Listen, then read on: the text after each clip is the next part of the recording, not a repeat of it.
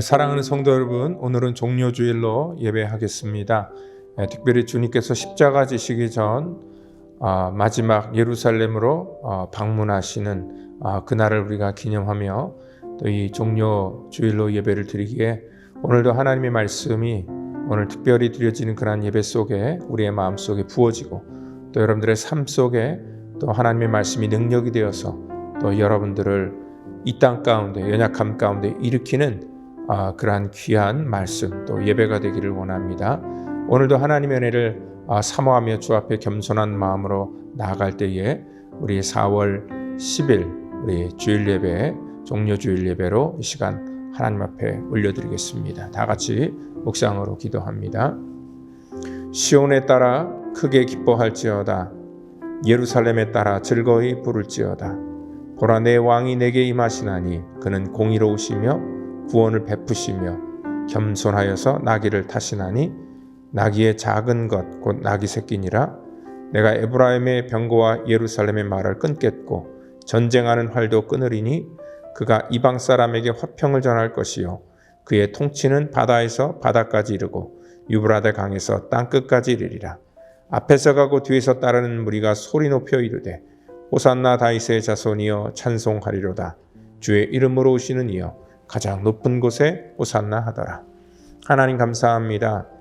이 땅 가운데 우리 주님께서 친히 하나님의 놀라운 은혜와 하나님의 구속의 사건을 완성시키시기 위해 하나님 우리 가운데 마지막 주님의 그 놀라운 사랑을 다 쏟아 부으셨던 그러한 귀한 아버지 하나님, 이 종료주일의 예배를 통하여서 우리 하나님께서 우리에게 주신 그 은혜를 우리가 깨닫기를 원하고 또한 믿음으로 우리가 주 앞에 고백하는 그러한 귀한 예배가 되기를 원하오니 하나님께서 우리 예배를 받아주시고 또한 예배를 통하여 우리의 모든 삶을 회복시켜 주시옵소서. 모든 것 주 앞에 의탁하오며 사랑이 많으신 예수님의 이름으로 감사하며 기도하옵나이다. 아멘. 이 시간 우리 다 같이 사도신경으로 우리의 신앙을 고백하겠습니다. 전능하사 천지를 만드신 하나님 아버지를 내가 믿사오며 그 외아들 우리 주 예수 그리스도를 믿사오니 이는 성령으로 잉태하사 동정녀 마리아에게 나시고 본디오 빌라도에게 고난을 받으사 십자가에 못 박혀 죽으시고 장사한 지 사흘 만에 죽은 자 가운데서 다시 살아나시며 하늘에 오르사 전능하신 하나님 우편에 앉아 계시다가 저리로서 산 자와 죽은 자를 심판하러 오시리라. 성령을 믿사오며 거룩한 공회와 성도가 서로 교통하는 것과 죄를 사하여 주시는 것과 몸이 다시 사는 것과 영원히 사는 것을 믿사옵나이다. 아멘.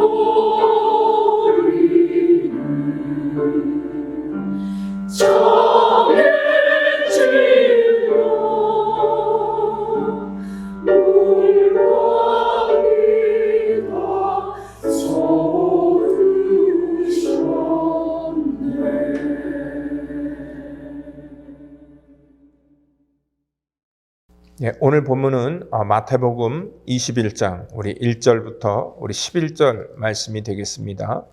예, 마태복음 21장 우리 1절부터 같이 한 목소리로 받겠습니다.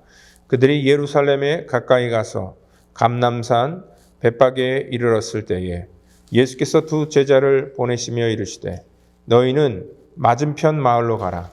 그리하면 곧 매인 나귀와 나귀 새끼가 함께 있는 것을 보리니 풀어 내게로 끌어오라. 만일 누가 무슨 말을 하거든 주가 쓰시겠다 하라. 그리하면 즉시 보내리라 하시니 이는 선지자를 통하여 하신 말씀을 이루려 하심이라 일렀으되 시온의 딸에게 이르시기를 내 왕이 내게 임하나니 그는 겸손하여 나귀 곧 멍에 매는 짐승의 새끼를 탔도다 하라 하였느니라.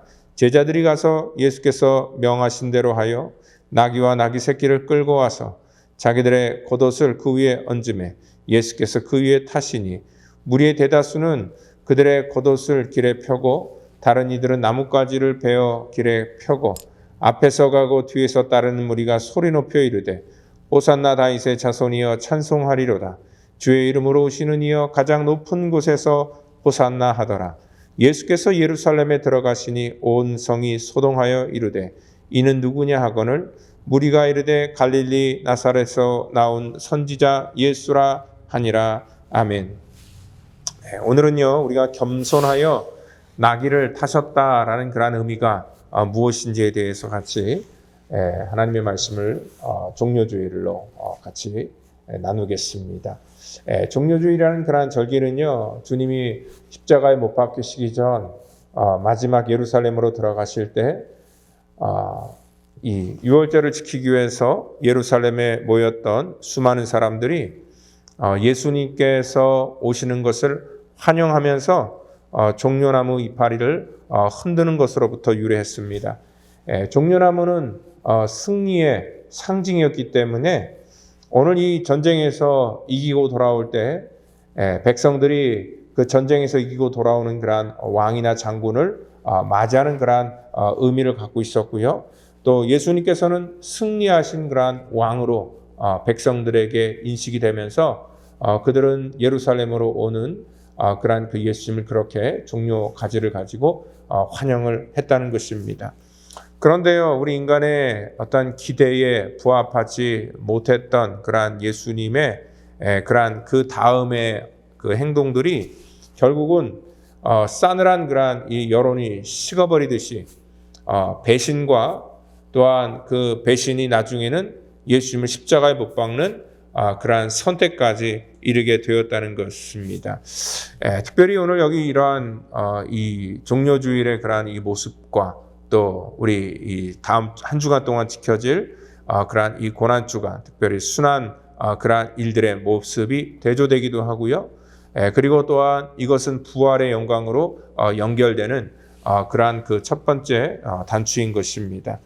여러분들이 절기를 우리가 맞이할 때면은요, 목사 입장에서도 절기 설교는 굉장히 쉬우면서도 어렵습니다.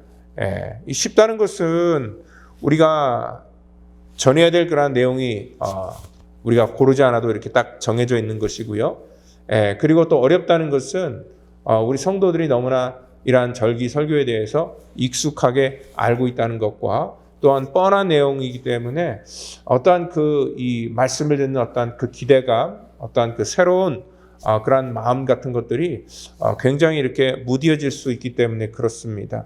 그러니까 마치 우리가 이 절기 설교를 대할 때면은 그 크리스마스 시즌에 항상 그 옛날에 많이 틀어졌던 그런 영화 있잖아요. 난로 집에 같은 영화 같은 경우. 그런 거 보는 것과 비슷하지 않나라는 그런 생각이 듭니다. 근데 사실 그 영화도요, 우리가 어릴 적에 봤던 것과 나이가 들어서 보는 것은 전혀 다른 그러한 느낌입니다. 왜냐하면 우리가 인생살이를 이렇게 지나가면서 어떤 세상을 대하는 그러한 관점들이 달라지기 때문에 그렇다는 거죠. 그리고 또한 우리의 감동의 어떤 그 포인트나 감동의 깊이 같은 경우도 그 어릴 적에 느꼈던 그런 감동이나 나중에는 이제 성인이 되어서 또 나중에는 노년이 되어서 느끼는 그러한 감정이나 또 우리가 어떤 것들에 대해서 인식하고 이해하는 그러한 폭들이 전부 다 달라지기 때문에 그렇습니다. 특별히 목회를 하면서도요, 저는요, 어떤 이 세월이 거듭되면서 그 세상을 대하는 태도나 또한 하나님의 말씀을 대하는 그러한 태도 속에서 또 많은 것들을 또 새롭게 느끼고 경험하게 됩니다. 그러니까 같은 절기설교를 하지만 매해마다 이러한 이 절기설교를 통하여서 저에게 느껴지는 그러한 감동의 포인트가 분명히 다르다는 것입니다. 목회를 했던 그런 초창기의 때는요, 사실 어떻게 보면은 대단하다고 생각하고 또한 부럽다고 생각하고 했던 그러한 모든 것들이 점점 그것들이 별거 아니었구나, 부질없는 것이었구나 라는 것들을 깨닫는 것처럼 우리 인생 속에서도 여러분들이 젊었을 때는 우리가 그것을 힘으로 생각하고 또 그것을 복이라고 생각했던 그러한 많은 요소들이 노년이 되어서 또 우리 인생을 거듭하면서 사실 그것이 별거 아니구나라는 것들을 깨닫게 된 것과 같은 그러한 이치라고 할 수 있죠. 우리 젊었을 때는요, 그러한 이치를 모르기 때문에 쉽게 교만하게 넘어질 수 있습니다. 그러니까 모든 것들이 자기의 능력과 자기의 힘으로 해결할 수 있다라고 믿기 때문에 그렇습니다. 오늘 바로 이러한 교만함이라는 것이 자기중심적으로 내가 모든 것들을 매니지하고 내가 책임지고 또 내가 했던 결과에 대해서 내가 다 영광을 누린다라는 것들이 바로 이 교만함이라는 거죠. 그러니까 교만함이라는 것이 성경에서는 자기 잘났다가 아니라 하나님을 인정하지 않고 자기 중심으로 사는 것을 교만함이다라고 이렇게 누누이 말씀을 드렸습니다. 근데 반면에 우리가 노년이 되어서는요, 이 세상에서 젊었을 때는 굉장히 자기가 나름대로 그래도 세상에서 존경도 받고 또 대단하다 그게 역임을 받았는데 이제 노년이 되면서 이러한 모든 것들이 점점 자기 삶 속에서 사라지면서 인생의 무상함을 모든 사람들이 경험하게 되는 거지요. 특별히 세월은 우리를 그래서 굉장히 겸손하게 만들어줍니다. 그러니까 나이가 이렇게 한 해 한 해 먹어가면서 모든 기능들이 점점 줄어들고 또 우리가 이 전에 했던 모든 그러한 일들이 우리 속에 계속 이렇게 도태되어 된다는 것들을 우리가 알 수 있습니다. 몸의 변화에서도 알 수 있지요. 약간 뭐 저 같은 경우에도 옛날에는 뭐 이렇게 가까운 것들을 보는 거에 대해서는 전혀 문제가 없는데 이제는 가까운 그러한 이 근거리의 것들을 보는 데 있어서 많은 그러한 불편함을 느끼고 있기 때문에 그렇습니다. 그렇지만 나이를 먹는다는 것이 불편하긴 하지만 나쁜 것은 아니라고 생각합니다. 영적인 그러한 의미 속에서 이 젊었을 때는요, 자기 힘을 의지하고 자기가 모든 것들을 할 수 있을 것 같다고 하지만 이 노년에 들어서 점점점 느끼는 것은 뭐냐면은 내 힘으로 할 수 없다라는 것들을 더 많이 깨닫고 느끼게 된다는 것입니다. 그러니까 세상살이가 내 뜻대로 되지 않는다는 것을 깨닫고요. 오늘 하나님 앞에 더욱더 우리의 삶을 이제는 의존하는 그러한 믿음의 선택을 하기 때문에 우리의 기능이 상실되고 우리가 연약해진다는 것 자체가 세상적으로는 어떻게 보면 조금 섭섭하고 서글픈 일이 될 수 있지만 영적으로 보면 그것들이 오히려 하나님을 더욱더 의지하는 것이기 때문에 오늘 그것이 복이 될 수 있습니다. 그래서 세월은 우리를 굉장히 겸손하게 만들어 준다는 것입니다. 우리가 이것을 깨달아야 신앙생활을 할 수 있습니다. 겸손은요, 범사의 모든 것들이 하나님께서부터 온다는 것, 그리고 또 하나님께서 주관하신다는 것을 내가 알고 믿고 의지할 때 바로 그것이 겸손이라는 거죠. 그러니까 교만이라는 것이 하나님을 인정하지 않는 것, 그리고 자기 중심적으로 산다는 것과 반대적으로 겸손이라는 것은 하나님을 범사에 인정하고 또한 하나님을 의지하는 그러한 삶을 겸손이다라고 이렇게 말하고 있습니다.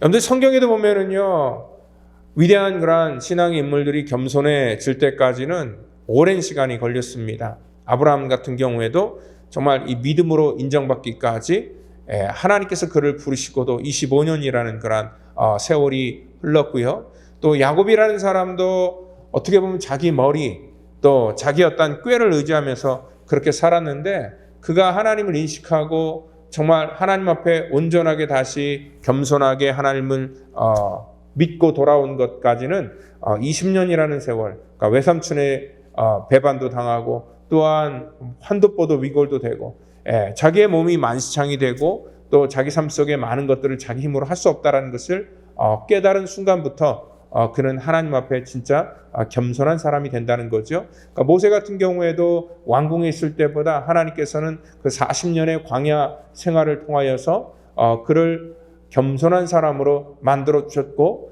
그래서 결국은 이 출애굽을 하는 그러한 과정 속에서도 하나님을 의지하는 것이 무엇인지를 그에게 분명하게 심어 주셨다는 것입니다. 그렇기 때문에 젊었을 때 능력이 있고 혈기 왕성했던 그러한 때는 참 겸손해지기가 참 힘들다는 거죠. 그러니까 우리 인생도 단물순물이 다 빠져야지. 그리고 정말 우리가 이 땅 가운데 내 힘으로 할 수 없다는 것을 깨달아야지. 그때서야 우리는 하나님을 붙들기 시작하고 또 보이지 않았던 하나님의 약속이 힘이 빠지기 시작하니까 보이기 시작하는 것이고요. 그리고 전에는 깨닫지 못했던 것들이 내가 연약해지고 난 다음에는 이제 하나 둘씩 깨달아지고 또 그것들이 정말 내가 내 힘으로 지킬 수 없고 하나님께서 나에게 은혜를 주셔야만 되는구나라는 것들을 점점 우리가 깨닫게 된다는 거지요. 오늘 바로 이러한 이 겸손, 오늘 이것이 굉장히 중요한 것입니다. 우리가 겸손이라는 것은 성품이 아니라고 먼저 말씀드립니다.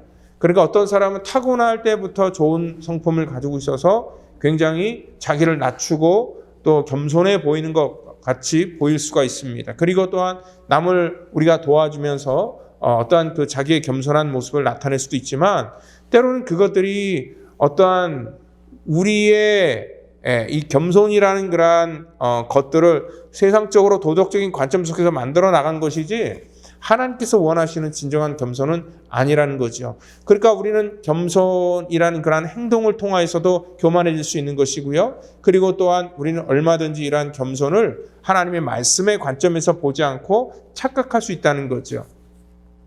오늘 여러분들 우리가 성경을 볼 때는요, 하나님의 자녀로서 또 하나님의 말씀의 관점에서 오늘 이 땅 가운데 우리가 어떻게 겸손해질까를 생각해 봐야 된다는 것입니다. 이 성품적인 차원에서 얘기할 때 여러분들 우리가 요즘에 새벽에 이제 사무엘상 하고 있는데 사울 같은 경우가 처음에 왕으로 뽑히는 그런 과정을 볼 때 겉으로 볼 땐 굉장히 겸손한 모습을 보여줬습니다. 그는 왕으로 기름 부음을 받고 그가 뽑힘을 받았지만 자기 스스로를 왕이라고 인식하지 않고 살았습니다. 그래서 그는 사무엘이 그의 가정에 이러한 제비뽑기를 통하여서 찾아왔던 그날도 보따리 속에 숨어 있었고요.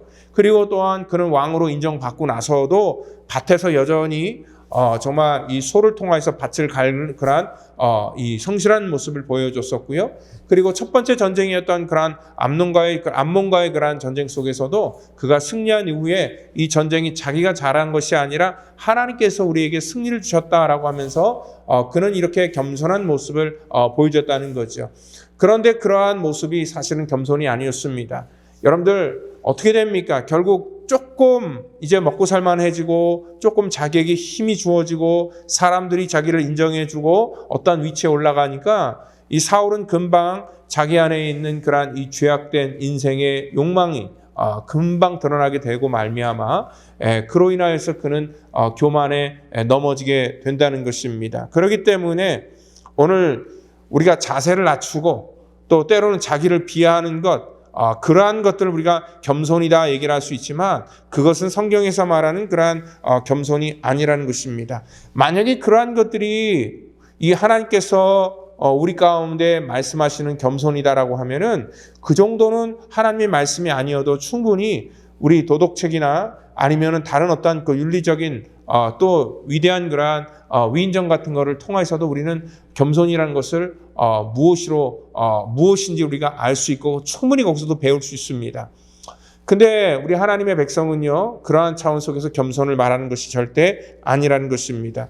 오늘 주님께서는요, 오늘 이 본문 말씀을 통하여서 우리 가운데 말씀하시는 것이 나는 겸손하고 온유하니 나의 멍에를 배우라라고 이렇게 말씀을 하고 있습니다. 오늘 주님께서 말씀하시는 그러한 이 겸손하기 때문에 오늘 나의 멍에를 보고 배우라라는 그러한 말씀. 여러분들 사실 예수님의 언행이나 또 예수님의 행동 같은 것들을 통하여서 우리가 생각하는 그러한 이 겸손과는 조금 다른 면을 우리가 볼 수도 있습니다. 왜냐면은요, 하나님의 말씀이 아닐 때는 예수님께서 굉장히 강하게 저항을 하셨고요.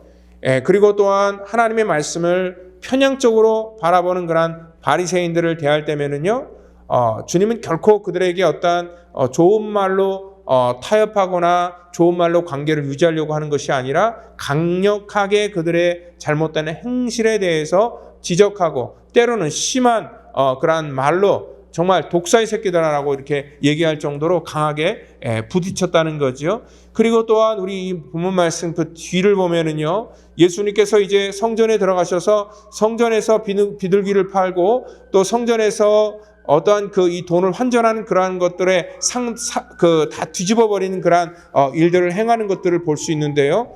여러분들 그걸 보면서 우리가 깨달아야 되는 건 뭐냐면은 우리가 사실 겸손한 사람은요, 잘못된 것들을 보더라도 그냥 이렇게 가만히 자기가 생각하고 또 자기도 부족하기 때문에 그러한 것들에 지적 안 하고 하는 그러한 모습들, 그것들을 우리가 겸손하다고 얘기를 하지 잘못된 것들에 대해서 지적하는 것을 겸손이라고 말하지 않잖아요. 그리고 또한 주님께서는 이제 그 예루살렘 거리를 지나가면서 열매 없는 무화과 나무를 보고 또 막 저주를 하는 그러한 내용도 볼 수 있을 때 그러한 행동을 보고 어떻게 우리가 겸손함을 배울 수 있겠습니까?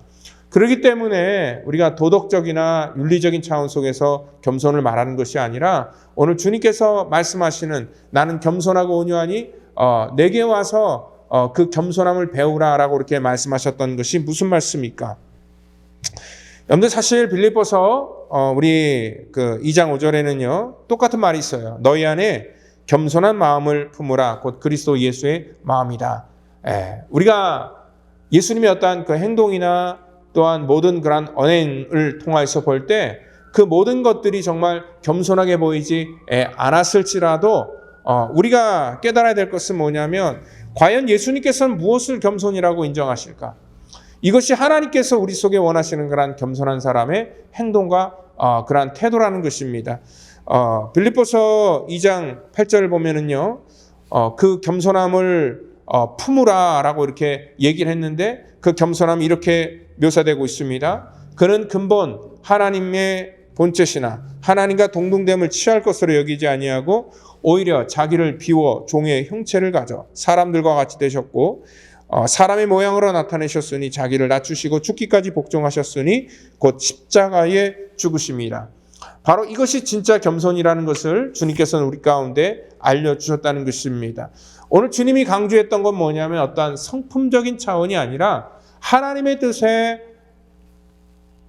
순종하고 또한 하나님의 말씀에 복종하는 것, 그것이 진짜 겸손이라는 것을 우리 가운데 알려주셨다는 거죠.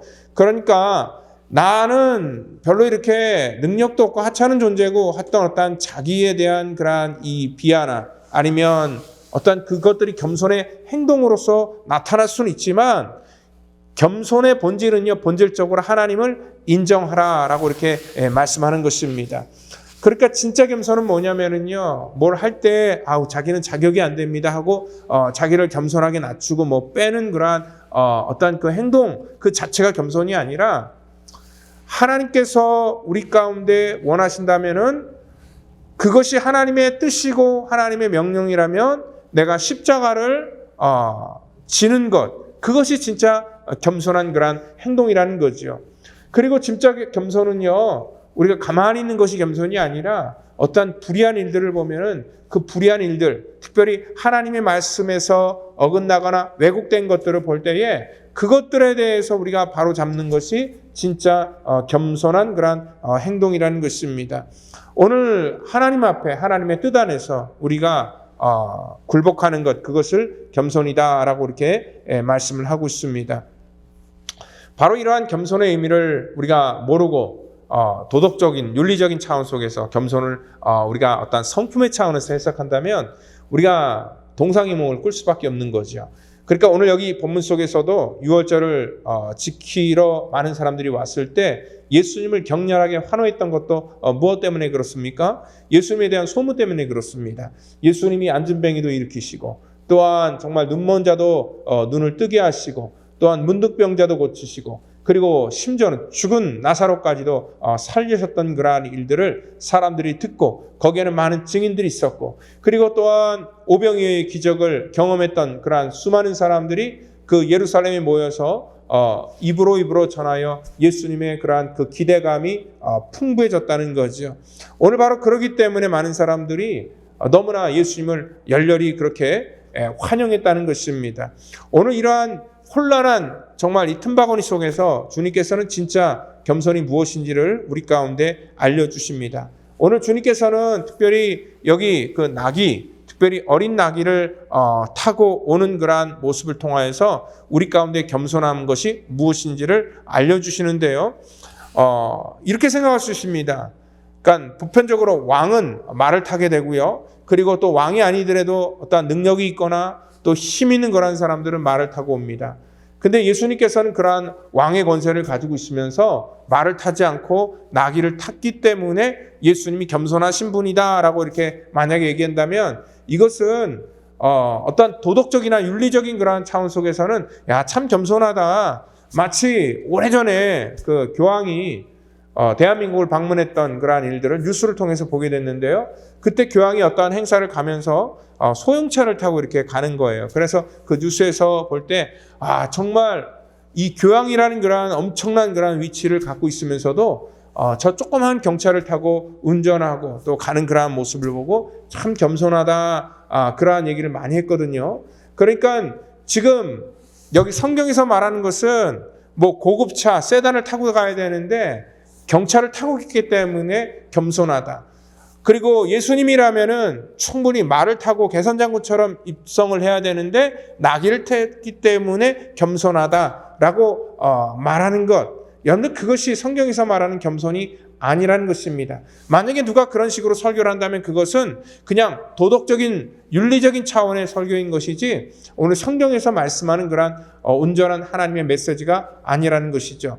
주님께서 나귀를 타셨고, 또한 어린 나귀, 정말 우리가 볼 때는 굉장히 겸손해 보일 수 있다라고 생각할지 모르겠지만, 여러분들 생각해 보세요. 그럼 나귀를 타면 겸손한 것이고, 특별히 또 어린 나귀를 타면 더 겸손한 것이고, 말을 타면 교만한 것일까요?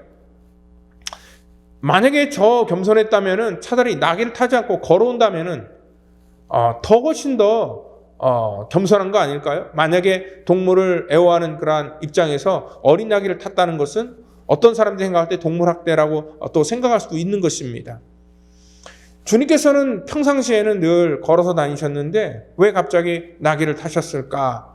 그거에 대해서 우리가 좀 이해를 먼저 하셔야 된다는 것입니다.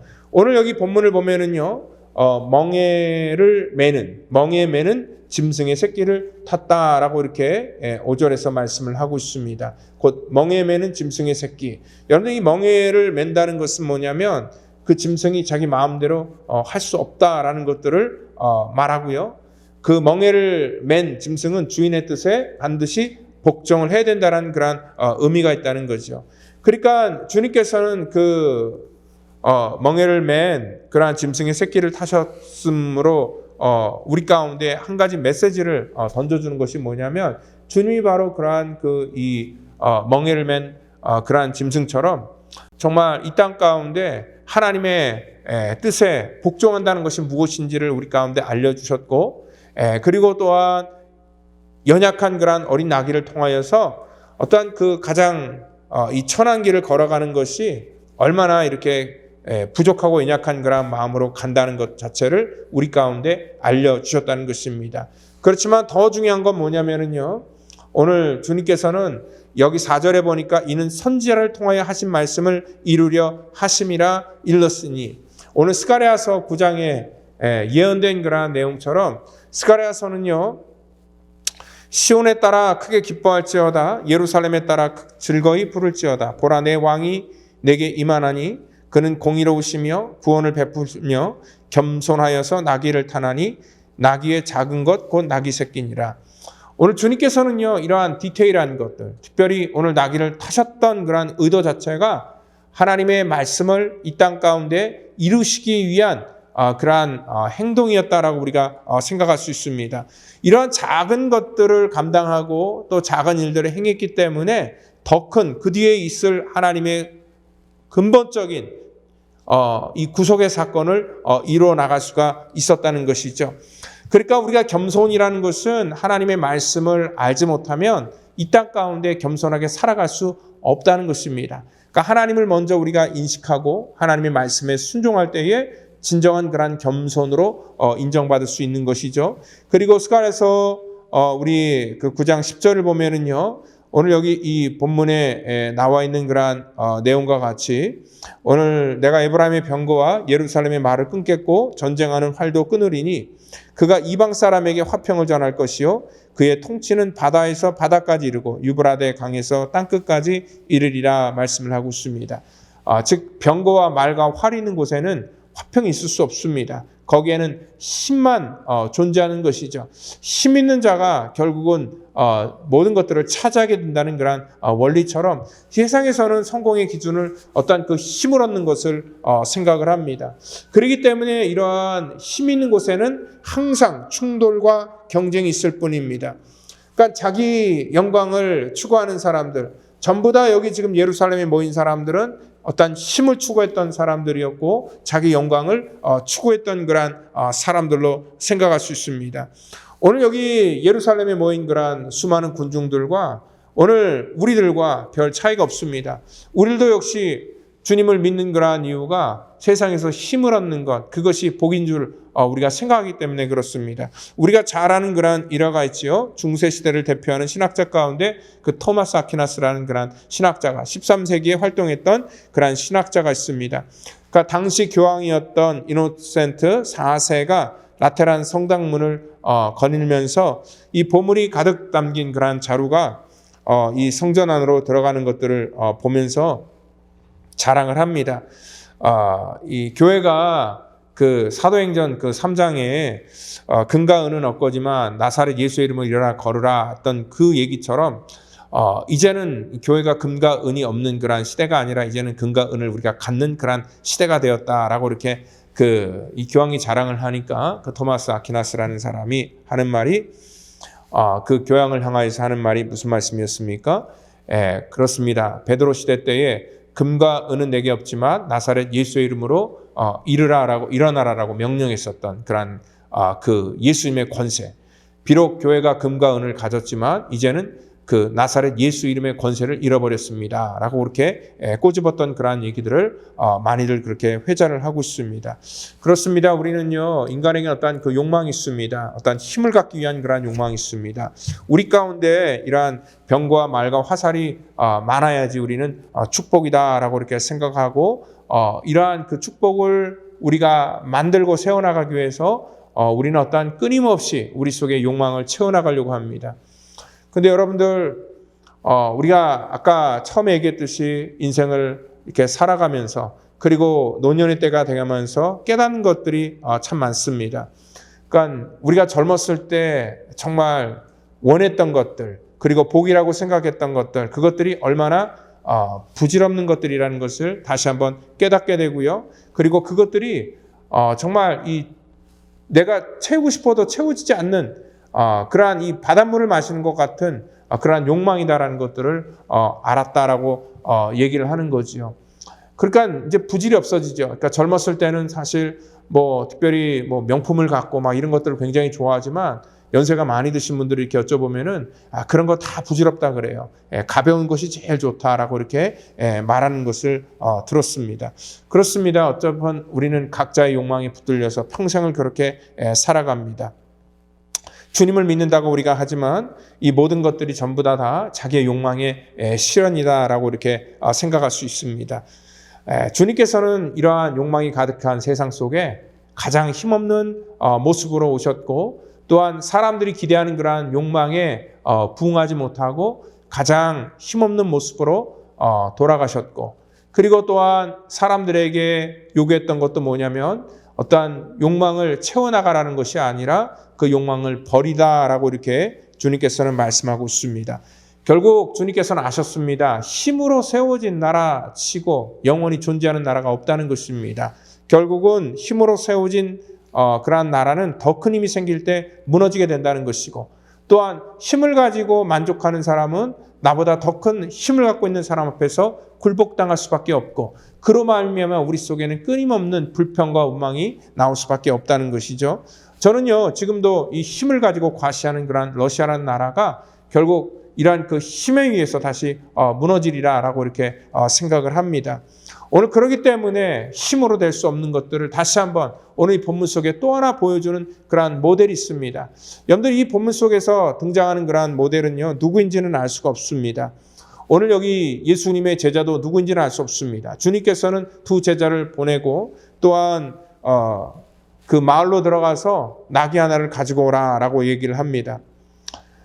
그 주인 입장에서는요, 갑자기 제자들이 와서 자기의 나귀를 가지고 갈 때에 굉장히 세상적으로 볼 때는 이게 도대체 무슨 일이냐라고 이렇게 불평을 할 수도 있지만, 주님께서 만약에 그렇게 따지면 뭐라고 대답을 해야 됩니까? 제자들이 묻자 주께서 쓰시겠다 하라라는 그러한 얘기를 하고 가져오라라고 이렇게 얘기를 합니다. 나귀의 주인은요, 주님을 알았는지 몰랐는지 그것도 성경에 나와 있지 않지만 정말 주께서 쓰시겠다라고 얘기를 할 때 아낌없이 자기의 나귀를 풀어서 예수님께 드리게 됩니다. 제가 생각할 때는요, 우연이 아니라고 생각을 합니다. 그러니까 나귀 주인이 했던 그런 헌신도 사실 어떻게 보면 그렇게 큰 헌신이 아니다라고 생각할 수 있습니다. 그러니까 마치 자기 향유를 깨뜨려서 예수님의 그러한 장례를 예배했던 그러한 그 마리아의 행동과 같이 오늘 이 주인도 사실 자기 삶의 어떤 일부, 어떤 의도된 것들이 아니고 또 자기가 알아서 그런 것도 아니지만 오늘 그 작은 그러한 믿음의 행동과 또한 이 순종이 정말 이 주님께서 이 땅 가운데 이루실 그러한 놀라운 일들을 이루는데 그가 쓰임받았다는 것입니다. 그러니까 이 사람의 이 행동 하나가 결국은요, 오늘 주님의 말씀을 성취하는 데 있어서 결국 굉장히 중요한 그러한 역할을 했다라는 것들을 우리가 인식할 수 있습니다. 여러분, 사실 이 사람은요, 구약의 말씀을 잘 알지 못했을 그런 가능성이 굉장히 큽니다. 그리고 또 그 예언을 자기가 이루어야 되겠다라는 그런 인식도 없었을 그런 확률이 훨씬 더 큽니다. 그렇지만 이 사람은요, 아무 조건 없이 또한 아무런 그런 계산 없이 주님께서 쓰시겠다고 얘기할 때에 자기의 것을 내어드렸을 뿐이었는데 결국 그것이 예언을 이루는 사건과 또한 그러한 이 사람이 놀랍게 그러한 이 하나님의 거룩한 일에 동참하는 그러한 기회를 갖게 되었다는 것입니다. 이것이 바로 겸손한 자들에게 주어지는 복이라고 생각을 합니다. 우리 속에 주어지는 그러한 작은 일들, 이것이 주님의 일이라면, 그리고 하나님의 뜻이라면 우리가 아낌없이 이 땅 가운데 순종할 때에 오늘 바로 그것을 통하여서 우리는 알지 못하지만 그것이 하나님 나라를 이뤄나가는데 내가 일조할 수 있는 그러한 부분이라는 것입니다. 오늘 주께서 쓰시겠다고 하는 말씀이 오늘 이 말씀 자체가 제 마음속에 올해는 굉장히 와닿았습니다. 그러니까 하나님의 이러한 이 계획과 하나님의 섭리 가운데 나에게 요구하시는 것이 있습니다. 오늘 매어있던 묶여있던 나귀와 같이 주께서 쓰시겠다고 얘기할 때에 성령께서 우리의 묶여있는 것들을 풀어주시고 우리를 자유케 하시고 또한 그것으로 통하여서 오늘 나의 욕망을 채워나가는 것이 아니라 하나님의 영광을 위해서 내가 쓰임받을 때 정말 이 귀한 하나님의 구속의 계획의 한 부분이 될 수 있다는 것을 깨닫고 오늘도 자기 욕망을 실현시키기 위해서 환호하는 그러한 성도가 되기 전에 오늘 우리는요, 겸손하게 그 나귀를 주님께 드린 그러한 나귀 주인의 그러한 마음처럼 오늘도 정말 겸손하게 하나님의 뜻이 무엇인지를 깨달아 깊이 아는 그러한 저와 여러분 되기를 예수님의 이름으로 축원드립니다. 다 같이 기도하겠습니다. 하나님 감사합니다. 우리 마음속에 하나님의 마음을 알기를 원합니다. 그리고 또한 하나님의 말씀을 읽을 때에 말씀 속에 분별함을 갖기를 원하고 또한 깨닫기를 원합니다. 그래서 아버지 하나님, 우리가 겸손하게 하나님의 말씀에 순종하기를 원하고 또한 하나님의 뜻에 헌신하는 그러한 성도 될 수 있도록 우리를 인도하여 주시옵소서. 주의 거룩한 은혜가 우리 가운데 온전히 임하기를 간절히 바라고나오며 사랑이 많으신 예수님의 이름으로 기도하옵나이다. 아멘.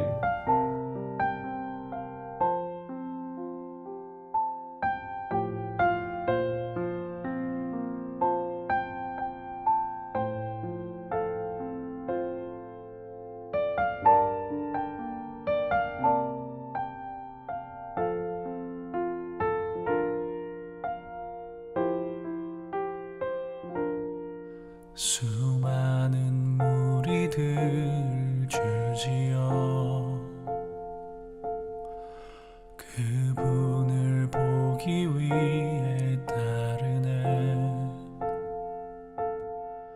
평범한 목수이신 그분 앞에 모든 무릎이 꿇어 경배하네.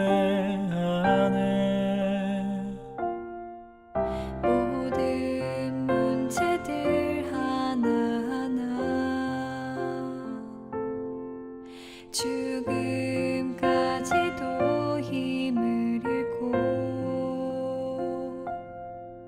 생명의 근원 대신 예수 이름 앞에 모든 권세들 굴복하네.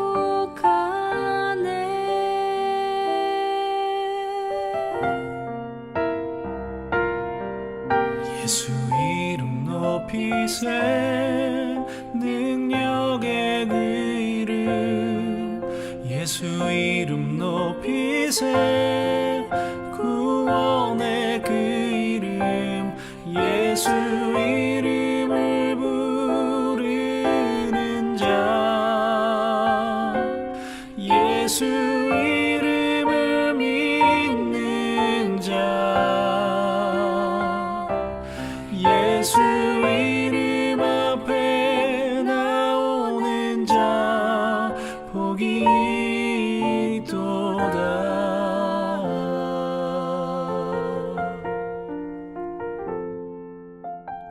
나의 계획이 실패하고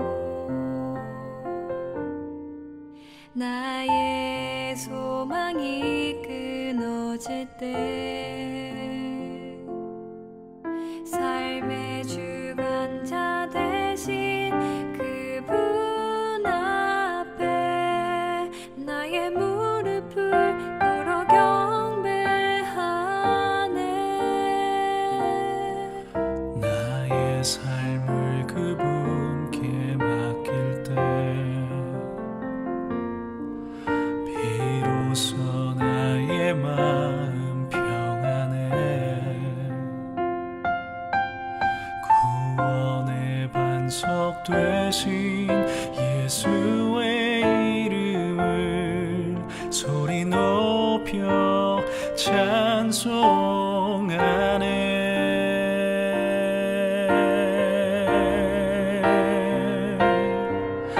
예수 이름 높이세. 능력의 그 이름 예수 이름 높이세. 구원의 그 이름 예수 이름을 부르는 자 예수 이름을 믿는 자 예수 이름 앞에 나오는 자 복이 있도다. 이 시간 우리 드린 예물 위해서 기도하겠습니다. 하나님 감사합니다. 하나님께서 사랑하는 귀한 성도들이 저들의 삶에 주님께서 주신 것들 아낌없이 또한 하나님 앞에 올려드립니다. 특별히 아버지 저들의 믿음의 결단을 축복하여 주시고 드려서 부족하지 않도록 하나님 늘 공급하여 주시고 모든 것들이 정말 주께로부터 왔다는 그러한 믿음의 고백을 하나님 평생을 통하여 잊지 않도록 하나님 기억하시고 인도해 주시길 원합니다. 또한 아버지 하나님 감사의 마음을 하나님 잊지 않고 주 앞에 감사로 표하는 자들에게 감사의 풍성한 열매들이 넘치게 하시고 또한 선교와 구제와 또한 하나님의 거룩한 교회와 또 성도들에게 식사를 대접하고 또 여러 가지 우리의 마음을 담아 주 앞에 귀한 예물을 드린 자들 저들의 마음들을 하나님께서 늘 기억하여 주시고 삶 속에 하나님의 은혜로 더하여 주시고 우리들을 하나님의 거룩한 일을 하는 귀한 도구로만 사용하여 주시옵소서. 감사하며 예수님의 이름으로 기도하옵나이다. 아멘. 우리 교회 소식 전해드리도록 하겠습니다.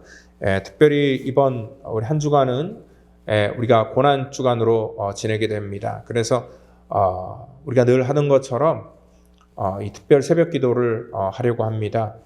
화요일부터 토요일까지 5번의 고난 주간 특별 새벽 예배가 있습니다.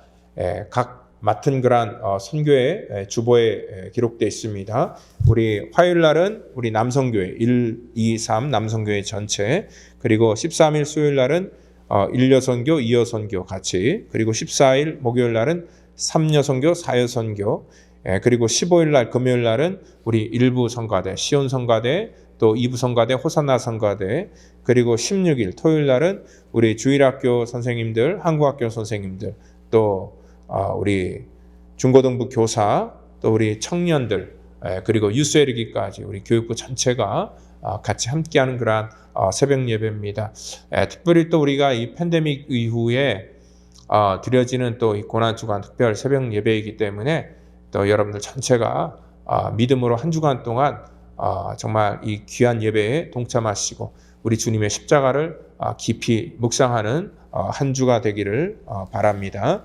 또 오늘 예배 후에는요 운영위원회가 있을 것입니다. 운영위원들은 모여주시기를 바라고, 그리고 부활절 칸타타 그리스도의 그런 순환 고난이라는 그런 제목을 가지고 칸타타를 부활절 하게 되는데 공연은 부활절 당일 1시 예배 때 하도록 하겠습니다. 여러분들 주변에 많은 지인들 초대하셔서 이 귀한 또 준비한 그런 칸타타를 통해서도 또 하나님의 놀라운 은혜가 음악을 통하여 우리 가운데 전달되기를 바랍니다. 그리고 부활절에는 우리 유아 세례식이 있습니다. 그리고 또 청년부들이 캠핑을 4월 22일부터 23일까지 가게 되는데 우리 청년부들을 축복하고 또 기도해 주시고 또 후원해 주시기를 부탁드립니다. 우리가 이러한 고난주간 또 부활주일 이러한 그 기간이지만 우리 큐티 활동이나 여러 가지 모임들이 정상적으로 진행이 되는 것 기억하시고요. 또 우리 성경 통독 모임은 우리 부활절 그런 기간까지 2주 동안 잠깐 휴강을 하도록 하겠습니다. 또 우리 교회에 대해서 모든 일들에 대해서 또 우리 새가족분들 전체를 축복하고 정말 잘 될 수 있도록 서로 간에 많은 그런 협조를 부탁드리도록 하겠습니다. 이 시간에 우리 다 같이 자리에 일어나셔서 주님 가르쳐 주신 그러한 찬송가 635장 부르시고 축도함으로 예배를 마치겠습니다.